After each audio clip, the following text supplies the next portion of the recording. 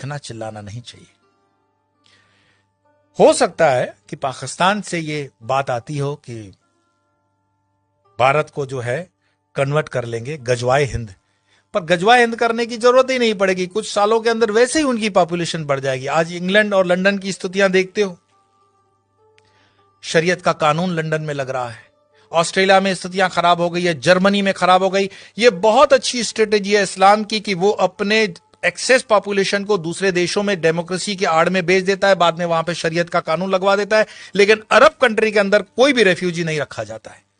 मैं एक रिपोर्ट देख रहा था बीबीसी की, शायद बीबीसी की रिपोर्ट थी, जहां पे सऊदीया का जो वर्टिकल शहर बन रहा है उसमें कई गांवों के लोगों को मरवा दिया उसने, ऐसा आरोप है उन पर। तो वहां तो मस्जिदें हटाने में भी वो सोचते नहीं है, और यहां पर हिंदू भीख मांग रहा है कि जरा मुझे कृष्ण का मंदिर दे देना, जरा मुझे ये मंदिर दे देना। हमारे साधु संतों ने जो समाज के लिए काम किया, समाज उनके साथ भी नहीं खड़ा है। क्या आपको पता है कि आयुर्वेद के नाम पर भारत देश के अंदर जो फार्मेसी काम कर रही है वो मुस्लिम द्वारा चलाई हुई भी कई फार्मेसी हैं, और उनके 500 प्रोडक्ट्स हैं। रामदेव को सपोर्ट नहीं करने का कारण ये भी है। हमदर्द का एक टॉनिक है सिंकारा, उसको प्रमोट करते हुए कम्युनिस्ट पार्टी के कुछ नेता कहते हैं कि यह शक्तिवर्धक है। उनको पूछो तुम्हें कैसे पता चला यह शक्तिवर्धक है, कोई लेबोरेटरी टेस्ट है? एलोपैथी के कंपैरिजन में जो रामदेव बाबा को कहा गया था कोरोना के कंपैरिजन में, वो चीजें सब पर लागू होनी चाहिए। क्या आपको पता है सोनू निगम जैसा कलाकार जो पिछले कई सालों से फिल्म इंडस्ट्री के अंदर बेहतरीन आवाज दे रहा है, उसने जब खुले से कहा कि इस अजान के कारण मुझे तकलीफ होती है, इंडस्ट्री में उसको काम मिलना कम हो गया, क्योंकि बॉलीवुड की इंडस्ट्री आज भी इस्लामिक फंडामेंटलिस्टों द्वारा डोमिनेट है। मैं आपको और बता दूं, जिन दिनों शाहरुख खान, सलमान खान, आमिर खान स्ट्रगल कर रहे थे, गोविंदा सुपरस्टार था, और गोविंदा को नीचे करने के लिए उसकी जोड़ी में चलने वाली करिश्मा कपूर को आमिर खान के साथ एक फिल्म दे दी जाती है परदेसी। गोविंदा की जोड़ी को तोड़ा जाता है और उसके बाद उदय होता है सलमान खान, आमिर खान और शाहरुख खान का समय, क्योंकि इंडस्ट्री डोमिनेटेड है इस्लामिक लॉबी द्वारा। ऐसे कई मैं आपको उदाहरण दे सकता हूं, लेकिन मुख्य बात क्या है? क्या हमारे हिंदुस्तान में सारे मुसलमान खराब हैं? यह कहने का अर्थ नहीं है। हमारे हिंदुस्तान के अंदर आजम जी, प्रेम जी जैसे भी इंडस्ट्रियलिस्ट हैं विप्रो के, उन पर आरोप भले लगे कि वो मुसलमानों के हितों की ज्यादा सोचते हैं, हिंदुओं की नहीं, पर मैं इस पे नहीं जाऊंगा। परंतु यहां मुसलमान न सिर्फ बढ़ रहे हैं, सुख संपन्नता के साथ बढ़ रहे हैं, ऐसा उस रिपोर्ट में कहा गया है। तो दुखी कौन हो रहा है? दुखी हो रहा है हिंदू। हिंदू क्यों दुखी हो रहा है? क्योंकि वो कर्महीन होकर के जीना चाहता है और बेवजह की फालतू चीजों में वो अटका हुआ है। अपनी ना तो वो स्किल को डेवलप कर पा रहा है और अपने हर छोटे छोटे उद्योग को छोड़ता जा रहा है। आज जब हम अपने आश्रम का भी काम करवाते हैं तो लेबर ढूंढने में हमें तकलीफ पड़ जाती है।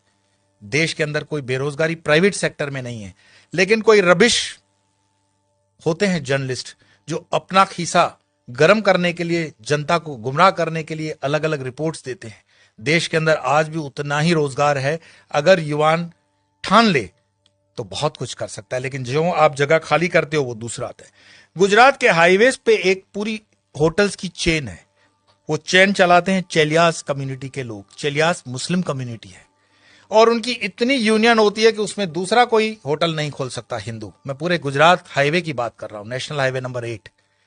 साल में सिर्फ 2-3 दिन ये होटलें बंद होती हैं। आपकी ताकत नहीं है कि इस इलाके में कुछ काम कर सको, और उनके होटलों के नाम जो रखे जाते हैं इतने मिसगाइडिंग होते हैं कि आपको पता भी ना पड़े कि ये हिंदू की है कि मुस्लिम की है। होटल का नाम होता है भारत, नव Gujarat, Tulsi, Kabir, Jai Hind, Sarvodaya, dine in, dine out. किसको पता पड़ रहा है ये इस्लामिक माइंडसेट की होटल है? लेकिन सारे ट्रक ड्राइवर जानते हैं ये अपने वाले की है। लेकिन हिंदू को इतना बुद्धि नहीं होता कि ये किस होटल में जा रहा है, क्या खा रहा है, क्योंकि जीवन भर हमने हलाल खाने के लिए ही ठेका ले रखा है। हिंदू को इतना स्वाभिमान नहीं है कि वो कह दे कि जो मैं खान पान खाता हूं तो मेरे प्रोडक्ट पर तुम लोग सात्विक, राजसिक या तामसिक का लेबल लगाओ। भाई सात्विक है तो उसको ऑरेंज कर दो, राजसिक है तो उसको लाल कर दो, तामसिक है तो उसको काला कर दो, वेजिटेरियन का ग्रीन तो है ही। हर चीज पे हलाल लगा हुआ है और हलाल का तुम्हें मलाल भी नहीं है।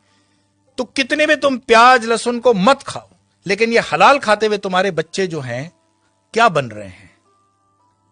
ये जिहाद करने की जरूरत पड़ेगी नहीं उनको। ये साधु संतों को भी सोचना पड़ेगा कि तुम शेर को भी घास खिलाओगे, गाय को भी घास खिलाओगे, क्षत्रियों को भी घास खिलाओगे और ब्राह्मणों को भी घास खिलाओगे।